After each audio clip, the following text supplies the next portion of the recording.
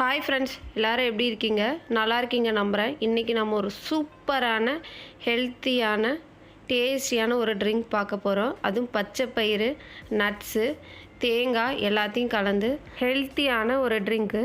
இது வயிற்று புண்ணை குணப்படுத்தும், வயிற்றை நல்லா குளிர்ச்சியாக வச்சுக்கும். வெயில் காலத்துக்கு ஏற்ற ஒரு ட்ரிங்க்கு. வாங்க எப்படி பண்ணுறதுன்னு பார்க்கலாம். நான் ஒரு ஜவ்வரிசி ஒரு 4 டீஸ்பூன் எடுத்து நல்லா கழுவிட்டு அதை ஒரு 8 ஹவர்ஸ் ஊற வச்சு எடுத்துருக்கிறேன். அடுத்து 2 டீஸ்பூன் அளவுக்கு சியா சீட்ஸ். இதை நான் ட்ரிங்க் ரெடி பண்ணுறதுக்கு முன்னாடி ஊற வச்சா நமக்கு போதுமானதாக இருக்கும். இது ஊறுறதுக்கு ரொம்ப டைமெல்லாம் எடுக்காது. அடுத்து நாம் ஊற வச்சுருக்கிற ஜவ்வரிசியில் தண்ணி ஆட் பண்ணி அதை நல்லா வேக வச்சு எடுத்துக்கலாம்.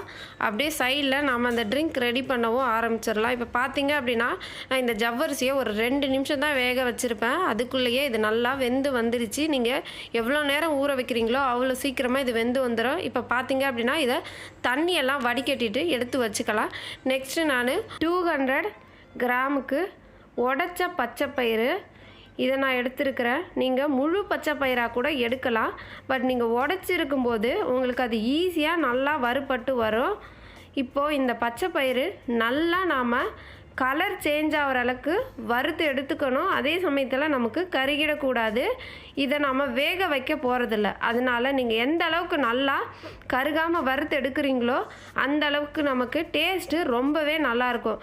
இப்போ பார்த்தீங்க அப்படின்னா பச்சை பயிறு நல்லா வறுபட்டு வந்துடுச்சு. அதோட வாசனை பார்த்திங்கன்னா நமக்கு நல்லா கும்முன்னு இருக்கும். அந்த அளவுக்கு நல்லா வறுத்து எடுத்துக்கணும். இப்போது இதை ஒரு 4-5 கழுவி நான் கொண்டு வந்திருக்கிறேன்.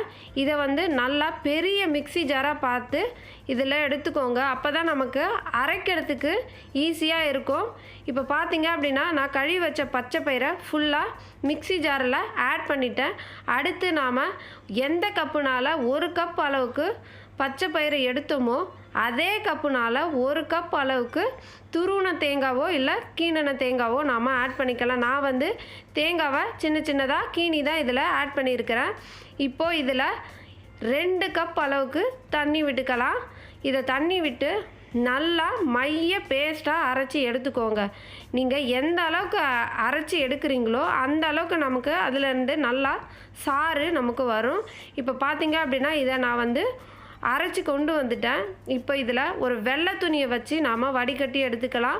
உங்கள்கிட்ட பெருசாக வடிகட்டி இருந்தால் கூட நல்லா டீ வடிகட்டியே பெருசாக இருந்தால் அதில் கூட நீங்கள் வடிகட்டி எடுத்துக்கலாம். பட் என்கிட்ட அது இல்லை. அதனால் நான் நல்லா ஒயிட் கர்ச்சீஃபை எடுத்து நல்லா அலசிட்டு இதை நான் வடிகட்டி எடுத்துருக்கிறேன்.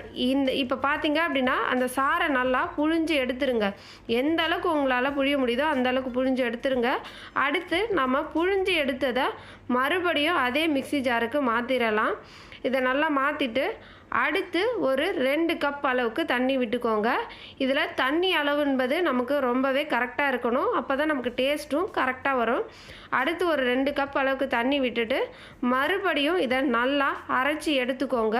அரைச்சி எடுத்துட்டு அடுத்து அதே மாதிரி துணியில் வடிகட்டி எடுத்துக்கலாம். இது தண்ணி ரொம்ப ஜாஸ்தி ஆகிட்டாலும் உங்களுக்கு டேஸ்ட் அந்தளவுக்கு நல்லா இருக்காது. அதனால் நான் சொல்கிற அளவுகளை கரெக்டாக ஃபாலோ பண்ணிக்கோங்க. மறுபடியும் நாம் அந்த புழிஞ்சி எடுத்த அந்த சக்கையை அந்த மிக்ஸி ஜாருக்கு மாற்றி இதில் ஒரு கப் அளவுக்கு மட்டும் நல்லா தண்ணி விட்டு இதை நல்லா மறுபடியும் அரைச்சி எடுத்து அதை வடிகட்டி எடுத்துக்கோங்க. இந்த மாதிரி இந்த 3 பாலையும் நல்லா அரைச்சி வடிகட்டி எடுத்துக்கணும். நீங்கள் கடைசி முறை வடிகட்டும் போது மட்டும் நல்லா ஃபுல்லாக புழிஞ்சு எடுத்துக்கோங்க. இப்போ பார்த்தீங்க அப்படின்னா 5 கப் அளவுக்கு தண்ணி நம்ம விட்டு நல்லா அரைச்சி எடுத்துருக்குறோம் வடிகட்டி. இப்போ நான் இதில் 10 முந்திரி, அதே மாதிரி ஒரு 10 பாதாம், இது எல்லாத்தையுமே நான் அந்த ஜவ்வரிசி ஊற வைக்கும் போதே இதை நல்லா ஊற வச்சுட்டேன். ஒரு 8 ஹவர்ஸ் ஊற வச்சுட்டு இந்த பாதாமில் இருக்கிற தோலை மட்டும் நீங்கள் எடுத்துருங்க. தோலை எடுக்கலை அப்படின்னா உங்களுக்கு லைட்டாக திப்பியாக இருக்கும். அடுத்து நாம் வேக வச்சு வடிகட்டி வச்சுருக்கிற அந்த ஜவ்வரிசியை இதில் ஆட் பண்ணிக்கலாம். நெக்ஸ்ட்டு நாம் ஊற வச்சுருந்த அந்த சியா சீட்ஸ் இருக்கு இல்லைங்களா, அதையும் இதில் ஆட் பண்ணிக்கலாம். ஜவ்வரிசி, அதுக்கப்புறம் சியா சீட்ஸ், இது ரெண்டுமே உங்களுக்கு ஆப்ஷனல் தான். இருந்தால் நீங்கள் ஆட் பண்ணிக்கலாம், இல்லாட்டி நீங்கள் விட்டுறலாம். பட் ஆட் பண்ணிங்கன்னா டேஸ்ட்டு ரொம்பவே நல்லாயிருக்கும். நாம் ஊற வச்சுருக்கிற அந்த பாதாம், முந்திரி ரெண்டையுமே இப்போ இதை மிக்ஸி ஜாருக்கு மாற்றி நல்லா மைய அரைச்சி கொண்டு வந்துக்கோங்க. அரைச்சி கொண்டு வந்துட்டு அப்போது நம்ம ஆல்ரெடி எடுத்து வச்சுருக்கோம் இல்லைங்களா அந்த பால், அதோட இதையும் ஆட் பண்ணிக்கோங்க. ஆட் பண்ணிவிட்டு அடுத்து இதில் உங்களுடைய சுவைக்கேற்ப நீங்கள் நாட்டு சர்க்கரை ஆட் பண்ணிக்கோங்க. அதுக்கப்புறமா இதை நல்லா 1 hour ஃப்ரிட்ஜில் வச்சு எடுத்துட்டு கொஞ்சமாக ஐஸ் க்யூப் ஆட் பண்ணி எல்லாருக்கும் கொடுத்தீங்கன்னா சூப்பராக இருக்கும். இந்த வீடியோ உங்களுக்கு பிடிச்சிருந்துடும், உங்கள் ஃப்ரெண்ட்ஸ் அண்ட் ஃபேமிலிக்கு ஷேர் பண்ணுங்கள், லைக் பண்ணுங்கள், கமெண்ட் பண்ணுங்கள், என்னோடய சேனலுக்கு சப்ஸ்கிரைப் பண்ணுங்கள். தேங்க்யூ.